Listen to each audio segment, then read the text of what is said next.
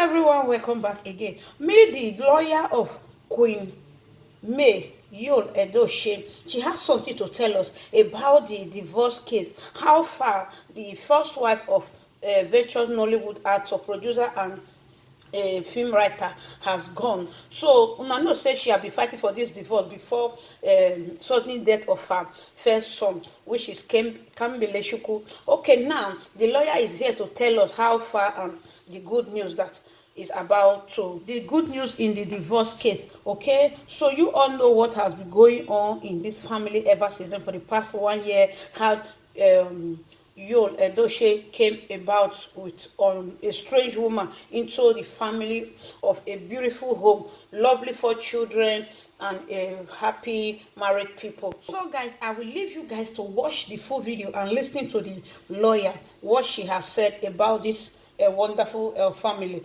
Okay guys, so please share this video and let it go viral. Thank you very much and very much.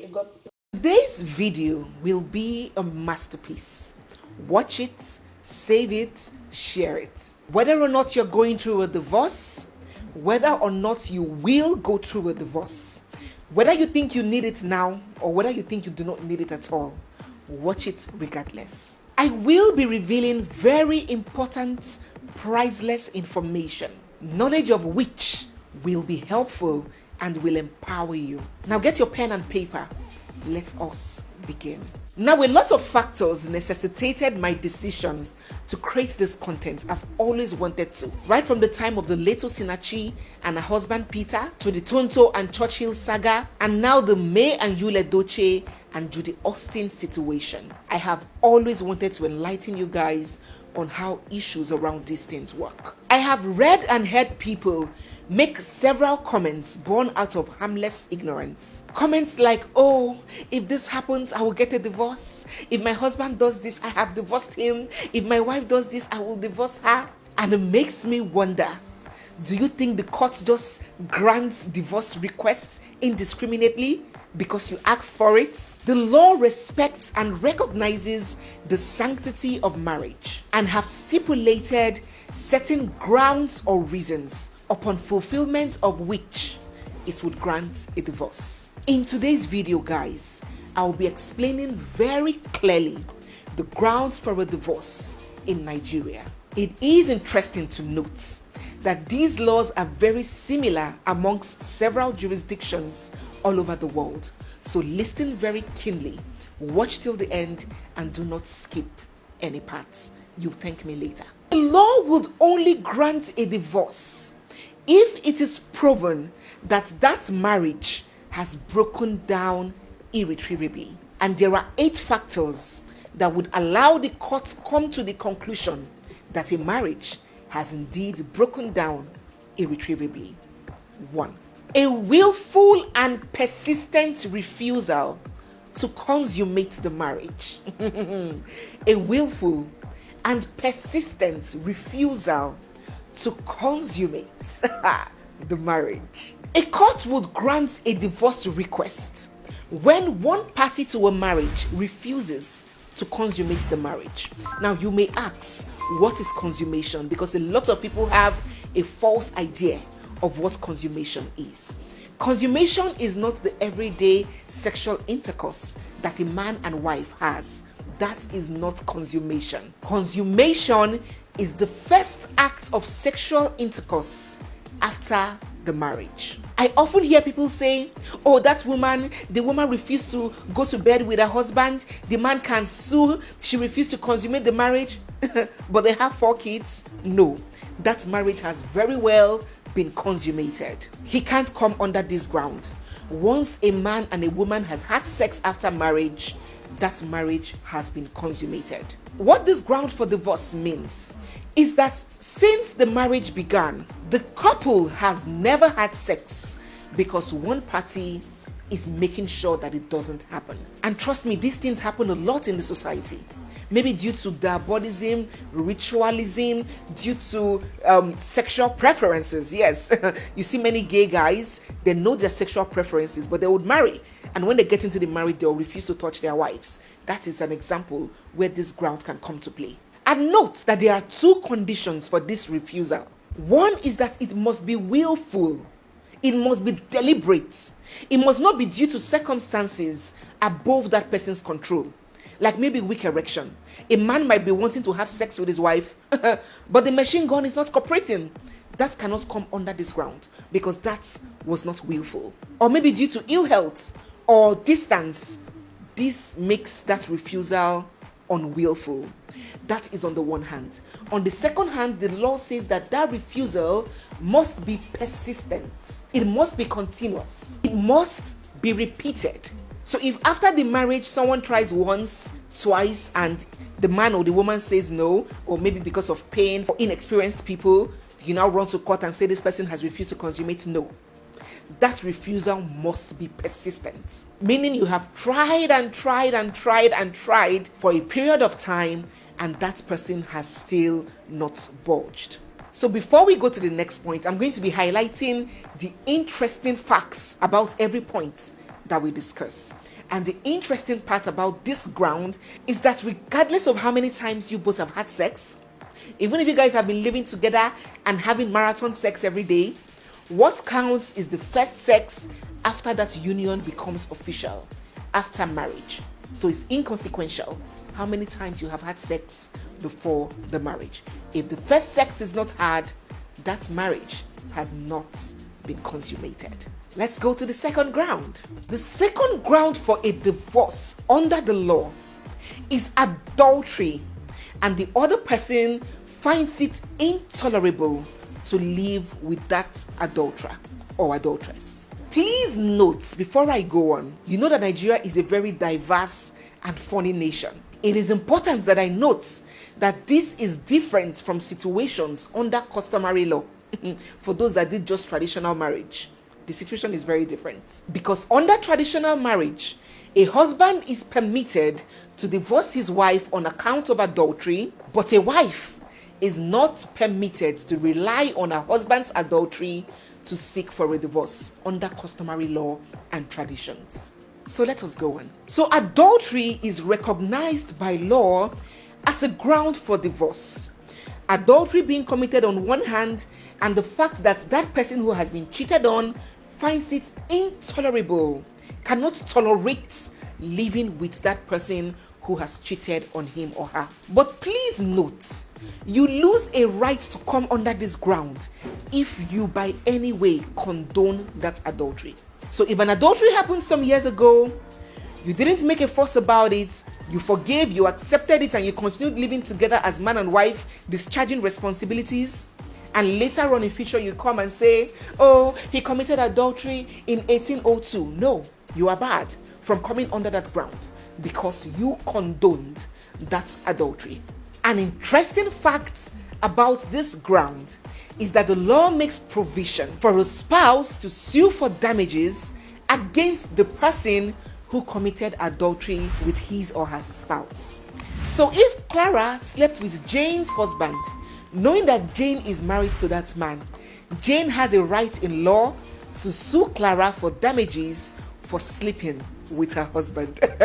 Side chicks wouldn't like this one. Let's go to the next point. The third ground for divorce under the Nigerian law is unreasonable behavior.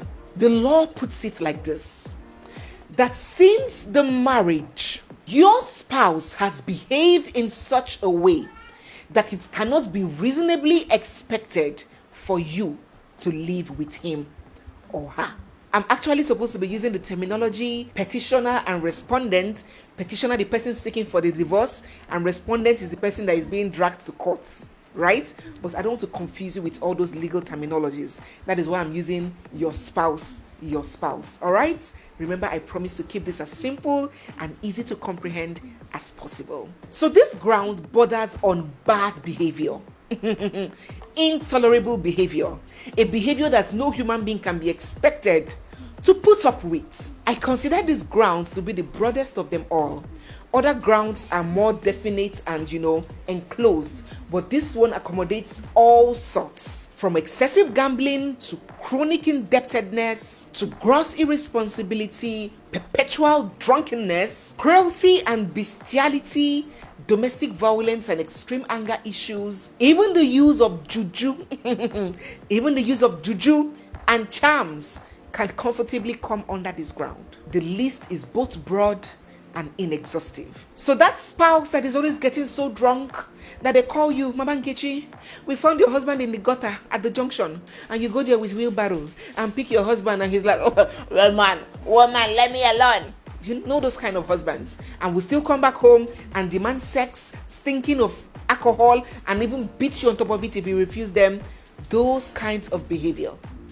That man that is such a chronic debtor that every day you're coming to get harassed at home, your properties are coming to get carted away because your husband is on all the loan apps and all the Baba Ijebu and Baba Ijesha, borrowing up and down and driving the family to the brink of poverty. That is an irresponsible behavior, and it can fall under this ground. So it's broad, a behavior that you cannot be reasonably expected to live with. Before we move to the next points, are interesting facts about this ground. Now, this ground is benchmarked on the concept of reasonability. It has to be reasonable and fair to every right-thinking person, not just your personal preferences. So a woman can have a man who snores so loudly, and despite it causes her so much distress, she cannot come under this ground because the court will consider that behavior as one that can be lived with. Despite to her in person, individually, she cannot deal with it. But to the court might see that behavior as one that any reasonable person should be able to cope with. Number 4, the fourth ground for divorce in Nigeria is desertion. Desertion. What is desertion?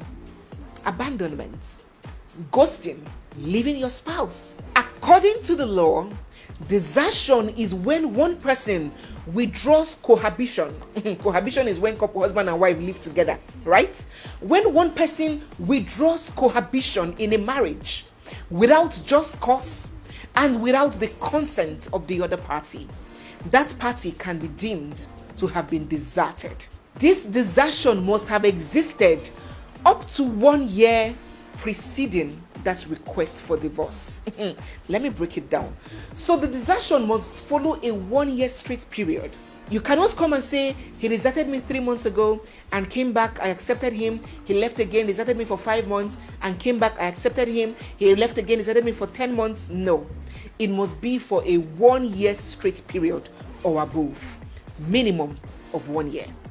And it must be the 1 year preceding the request for that divorce. Are you following me? Say yes, Barrister Neze, in the comment section if you're following me. So if your spouse deserted you in 1999 and he came back and you guys fought, kissed and had makeup sex and 10 years later or 5 years later or 2 years later, you come back on the ground of desertion and say he deserted me last year, no. That cannot come under this ground because that is not the 1 year preceding that request. So if you want to ask for the court for a divorce today under this ground of desertion, it means that within the last 12 months to 2022, that is when your spouse deserted you. Not long ago, not 2 years ago. Also, consent nullifies your rights on this ground. So if you and your spouse consent to living apart, Emeka Male, Nedu Brazil, Ikenna Japan, you know them. For example, you and your husband agrees that your husband should go abroad to go and hustle while you stay back here to wait for him. And he's been away for years. You cannot claim desertion because that separation was consensual. A very important and indeed funny fact about this ground is that you can be in the same house with somebody, living together, and on the face cohabitation is happening, and still be held to have deserted your spouse. How possible? I would explain. Desertion are in 2 types: desertion de jure and desertion de facto. The jure desertion is desertion according to law. That is the actual desertion where somebody packs his or her load and commots for house. My wife pack commots, or my husband pack commots. That is desertion de jure. According to law, it is sin that person has deserted you. But desertion de facto means that even though this person has not deserted you, even if that person still resides in the same house with you, by their actions, you feel deserted and alone. It is desertion in practicable terms. So when you're living in the same house with your wife and she's giving you the silent treatment, she wouldn't talk to you, she wouldn't cook for you, she wouldn't share a bed with you, and that behavior stretches for up to 1 year, the court would hold that you have been deserted and can grant you a request for a divorce under this ground. Where my ladies at? Where are the methods of silent treatment? Can I see your hands in the comment section? This one is for you. Alright guys, at this juncture, we have to bring this particular episode to an end. I do not want this video to stretch too long so I don't lose you guys along the way. There is going to be another part to this video where we're going to continue the grounds, and this other part even has more controversial reasons and grounds that will drop your jaws. Don't forget that you can support my channel and the work that I do by subscribing, sharing my video, also keying into my Patreon or PayPal account, or just joining membership on my channel by super thanks or super chats. So tell me your feelings so far on the points that we have listed. Subscribe, give this video a big thumbs up, drop your contributions in the comment section, and stay glued for the second part of this discuss. It's me, your girl Barrister Neze, and this is Nezeville. I'll see you guys in my next one. For now, bye.